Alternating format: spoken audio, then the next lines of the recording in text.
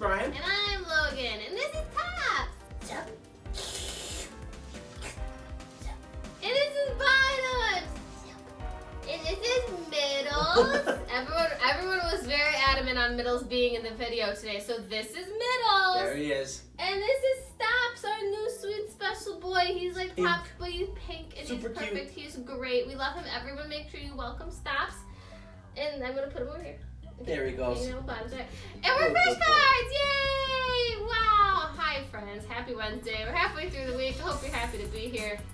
Yay. So yesterday the Unbanlist came out and I decided to put up a poll on the community page asking what you guys would like to see today because there's a lot that could be talked about and I wanted to be able to let you guys have a say in what we put up. And I put up a whole bunch of different ideas and today the top 10 most impactful cards was the choice. By a landslide. So By you like guys really wanted to see these 60%. So. Like we'll smack the poll right here. A lot of you wanted that. So that's what you're getting today. But before we do that, feel free to go down and hit the subscribe button if you're not already a subscriber and turn on the notifications so you guys get updated every time we upload videos. And then we also have an Instagram, which is at CrushCardsYGL. We're on there all the time, post a lot of stories, post everything we're doing. We interact and send messages all day, every day. We also have a Discord. It's really wholesome, really wonderful. We do fan art. We Photoshop tops onto things. So if that's your kind of thing, go to the Discord. It's in the description box down below. And then last but not least, we also have a Patreon.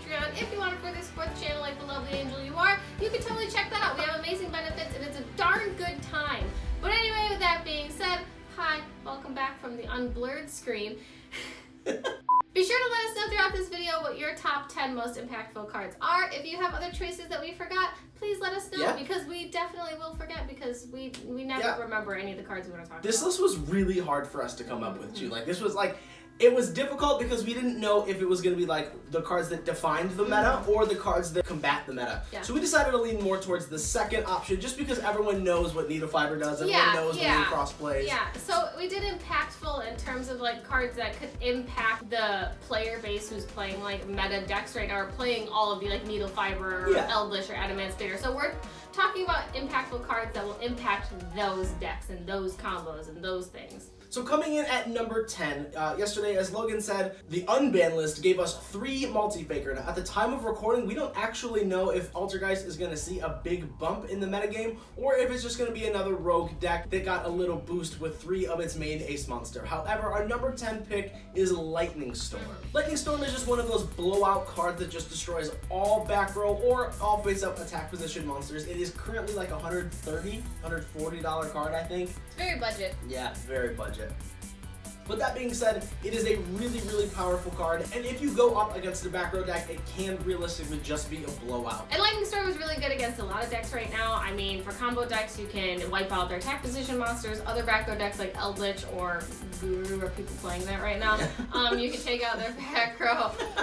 But that being said, we put Lightning Storm at number 10 because it's very easily negated. Like, you can Judgment, you can, there's so many in-archetype negates, there's Warlord Savage Dragon, there's 9,000 ways that you can negate Lightning Storm at this point. So it's not like up there in the list, but it's still a good card. There's a reason it's over $100. And so for all you guys out there who are going to ask for budget options for some of these, because I know that these are very expensive cards, Lightning Storm is realistically really good and like a going second deck route. Just try to clear back row or clear all monsters and then just go in and OTK your opponent. So a really good budget option would be something like Hey Trunade. If you can bounce all your opponent's spells and traps back to their hand, if you're playing something like Eldritch, of course they're going to chain something to get Eldritch out, but they're not going to have any of those resources. It's going to all go back to hand. So if you can get over one monster and just OTK them, Hey Trunade is definitely a great budget option in that sense. And then continuing on into number 9, we are still talking about back row decks because they are very prevalent right now. One of the main meta decks is a back row deck. Well, Multi-Faker came to 3, which is really cool, but guess what's still at 1, folks? Red Reboot is still at 1. So Red Reboot being at 1 really sucks. Yep. But good news is, if you see it, you can pretty much win at that point against either Eldritch or Altergeist or whatever back row deck that is extremely trap heavy. It's a lot of them.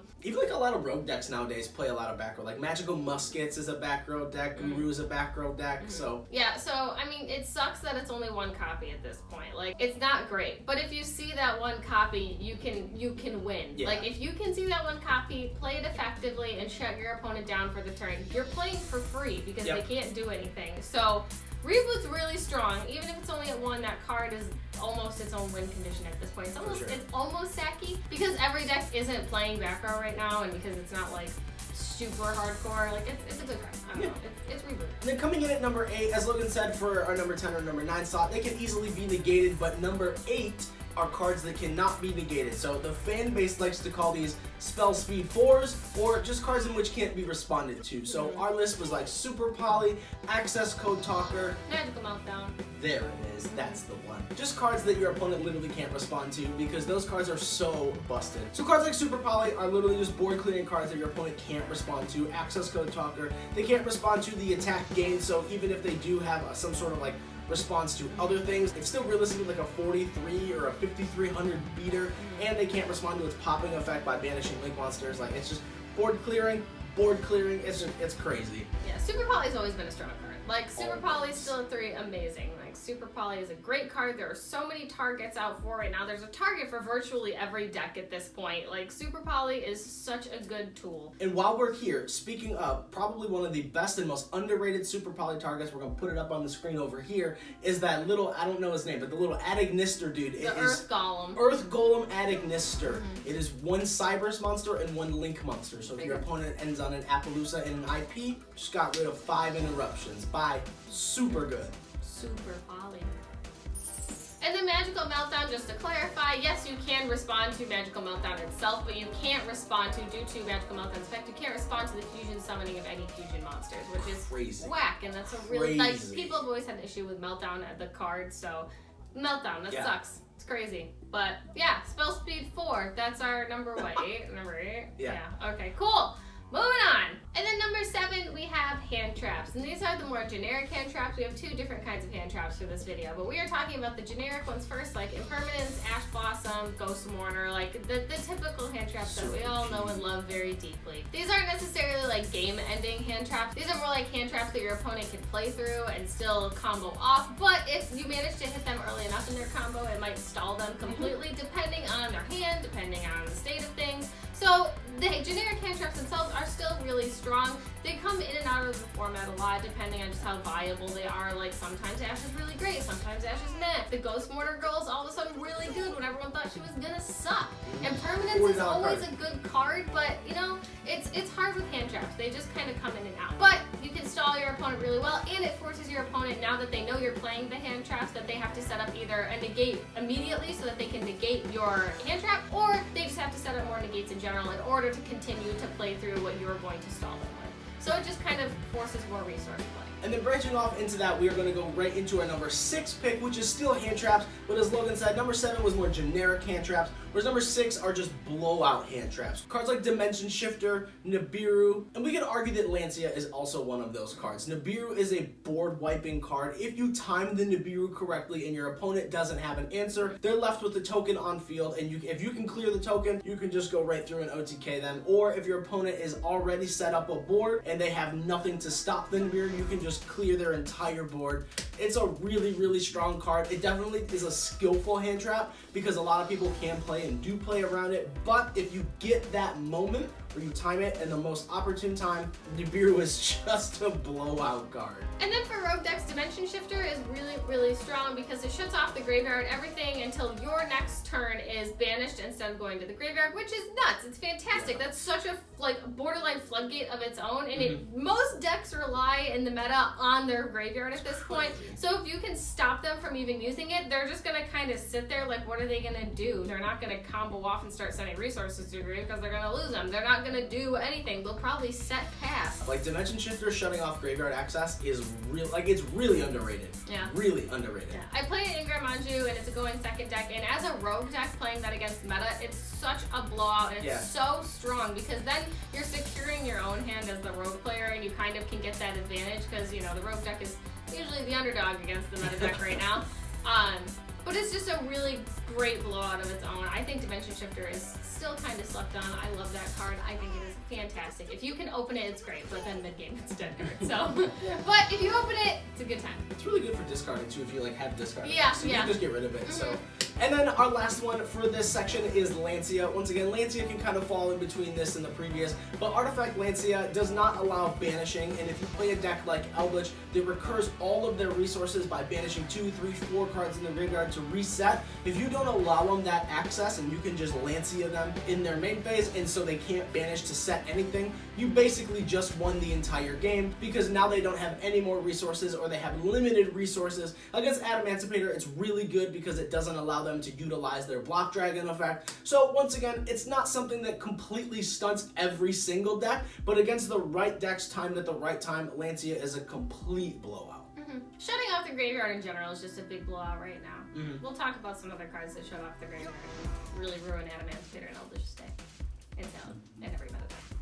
Coming in at number 5, we have Floodgate Traps. Coming in at number 5 is Floodgate Traps. So we have different kinds of floodgates. There are floodgate monsters and floodgate traps, but for number 5, we're going to talk about floodgate traps. Floodgate traps are always really good pretty much in any meta just because there's always going to be a deck that relies on one type or one attribute or one of this or one of that. So it's really easy to just kind of pick your floodgate, whether it's rivalry, goes in whatever. But in this format right now, I would honestly say that Skill Drain is always strong. I mean, Skill Drain, it's the Seki one of you. If you can make that work. How does the OCG have it at 3?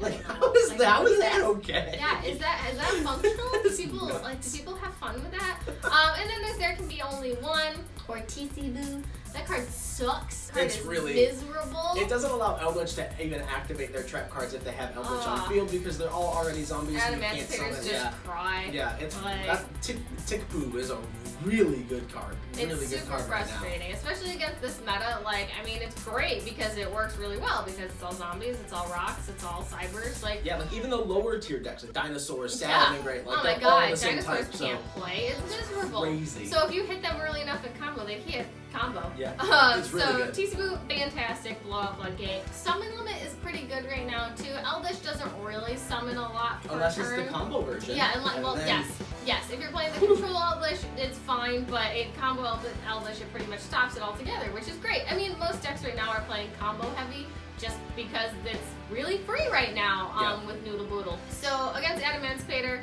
great. Most decks, great. And then, I mean, summoning twice is not stellar. Yeah. So if they can only summon twice and you can keep that card on field and you're playing a rogue deck that can get big bodies on board in less than 2 summons, really good. You're good. Or it doesn't even have to be big bodies. It just has to be bigger than what your opponent has. Yeah. So and like it's a really good, it's a really good way to just stop your opponent too if they don't see it coming. Like, oh, I'm gonna normal summon Researcher, activate effect. Okay, excavate into a level 4. Yeah, it's like all right, cool. Now it's just like you can't. Yeah, as long as you can normal summon sit anything on Researcher over, and Seeker it's and really good. And then another. Oh no!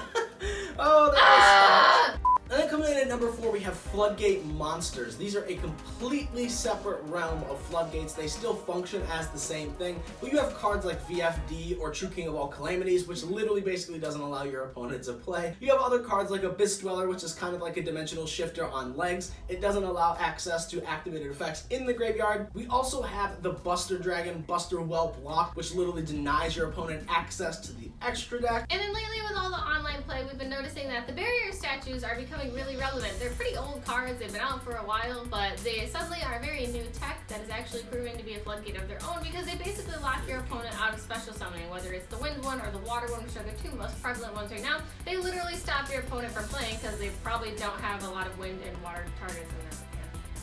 Or deck, or extra deck.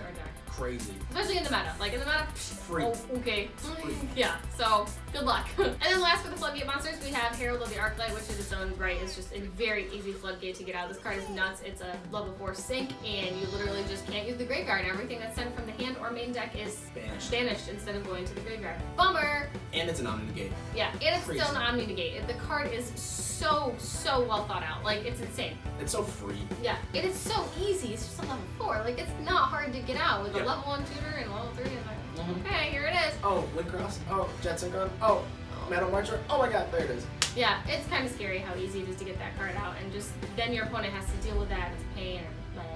And then coming in at number 3, we have a really underrated option, but we've been testing it and the card is absolutely ridiculous. Number 3 is Token Collector. This card literally says that whenever a token is special summoned, you can special summon Token Collector from your graveyard if it was there, or from your hand if not. And then it literally just, as it says, collects and eats up all the tokens on the field, and it acts as a floodgate where neither player can special summon tokens. So if you have your Token Collector on field and your opponent goes into their Auroradon or their Link Cross play, they literally just lost all of their tokens, and it kind of just ends their turn right there. And if you can get over the 2 to 3 cards that they have on board, which is typically just Link Cross, super duper easy to get over 1,000 Link Cross, and then you can just punch right through and just win the game. So is Link Cross like 1,000? I think so.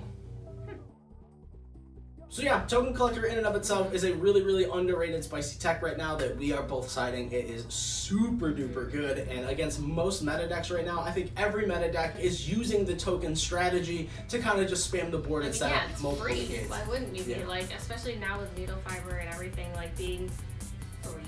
So basically for the next 3 months we're just going to have tokens and tuners and needle fiber galore, so that's going to be fun. Coming in at number 2 is a card that's been creeping into the meta and into decks very slowly but surely, but it's a Pointer of the Red Lotus. This card is a ridiculously expensive common right now. It is absolutely absurd, but it's a very good card. So a Pointer of the Red Lotus basically says pay 2,000 life points, look at your opponent's hand, and then take a card out and banish it. Yeah. It's ridiculous. Like, you get hand knowledge, you get to rip a card out, so if you're afraid of Dark Ruler no more, any hand trap, literally Spear anything. mode, kaijus. Any card that you're like, I don't want to deal with that. Guess what? You get to just look at their hand, take it out, and then you don't have to deal with it anymore. It's ridiculous. It's absolutely insane. And for the cost of 2,000 life points, like, and it's a trap, like, sure, why not? Yep, it's really good. Like it allows you to set up your entire board, find this card somehow by searching it or just drawing a lot, setting it, and then in your opponent's standby phase, you just flip it, pay the 2,000, see their hand, and then rip any problematic card out and get hand knowledge. Good game. Question, it's a normal trap, right? Yep. So you can literally just trap trick the card out. And then another really decent budget option for a pointer if you can't afford the $20 common. A lot of people are scared of the combo breaking cards that may or may not be at number 1, but a lot of these cards are spell cards, so anti-spell fragrance if you do not have access to a Pointer of the Red Lotus. We do know that it is an older card and a $20 common right now. It's a $60 playset for 3 commons. So anti-spell fragrance, flip it up in your opponent's standby phase. They literally don't have access to their, I don't know, Dark Ruler or their Lightning Storm or any other spell card that could be problematic that is not chainable. And then of course, coming in at number 1, if you guys haven't already figured it out, Maxi at 3. Just kidding. this is a card that people are main decking now, which tells you where we are in the metagame and in the format. It's Dark Ruler no more. Dark Ruler no more literally just says, I don't care about your 15 negates. Here you go. Falls into that spell speed 4. You can't respond to it with monster effects, so it's really strong. And like, yeah, it sucks that your opponent doesn't take damage that turn, but at the same time, if you can just break their board apart, usually they don't really have much of a way to recover after that, because a lot of combo decks right now kind of burn through resources really fast and in their one turn. Like Adamantivator goes through like 80% of the extra deck turn 1. Yeah. And they don't usually have a very strong follow-up. Like, yes, they can still recover, but a lot of decks really struggle to bounce back when they're that combo heavy. So if you can Dark Ruler no more than break their board and then kind of just set yourself up for your next turn, you can OTK them no problem, because now they're going to have to worry about trying to set up anything to get through whatever you're going to set up for them. And even though they don't take damage, you still are allowed to end a battle and punch over any problematic monster too. So that's a really easy way, if you can't like destroy monsters, to just pop them by beating over them. So really good card, Dark Ruler no more, as we said. Something that people are now main decking. If not, it's in everybody's side deck. Like, the card is a must-have in this format. It's really strong right now. It's kind of scary that it's being main decked, honestly, but that's just kind of the state of things. Do we agree with it? Not necessarily, but you know what? We got an Unbanlist, so you know, we've got to make do with what we got, team. Wow, and that was it. That's the 10 most impactful cards that we could think of. Now again, these weren't like impactful as in like, oh, Block Dragon, Needle Fire, because we've all talked about those cards. We don't need to talk about them anymore. We know they exist, we know what they're doing. We're moving on. The Unbanlist happened. it's time to go on in our weird meta until September 1st. It's gonna be great. So let us know if there's any cards that you think we forgot, any floodgates, any traps, anything. Like, we literally were thinking about this and we're like, what are all the cards that we could put on this list? Like, it's like you blink when you think about things. So we kind of picked the ones that came to us immediately. They're like, oh man, these are really strong cards. Let us know if you agree with this. Let us know if we suck. Probably do. And let us know what your spicy techs are in the comment section down below. Maybe there's cards that we don't know about. We've only been playing for a year or so, so maybe there's older cards that we have no clue exist. So let us know in the comment section, not only if we missed anything, but if you have something really spicy that we should know about. Yeah. We're very new to the game still, so forgive us. There's a lot of alpacas over there. Yeah, a lot of alpacas. Stops is on the floor for those of you who are concerned. Yeah, and that's Tops. But thank you guys so much for watching this video. We hope you enjoyed it. We hope you got some insight on the world and the meta and all that fun stuff. We love you. I think you're awesome. And have a happy Wednesday. You matter. Be sure to follow us on social media. All the links are in the description box down below. We'll hang out. We'll talk to you. You're perfect. You're a beautiful ray of sunshine. That's it. You matter. I said you matter. But you matter again. Buy the mugs. Wow. They say you matter because you do. Bye-bye, guys. Have a great day. I love you.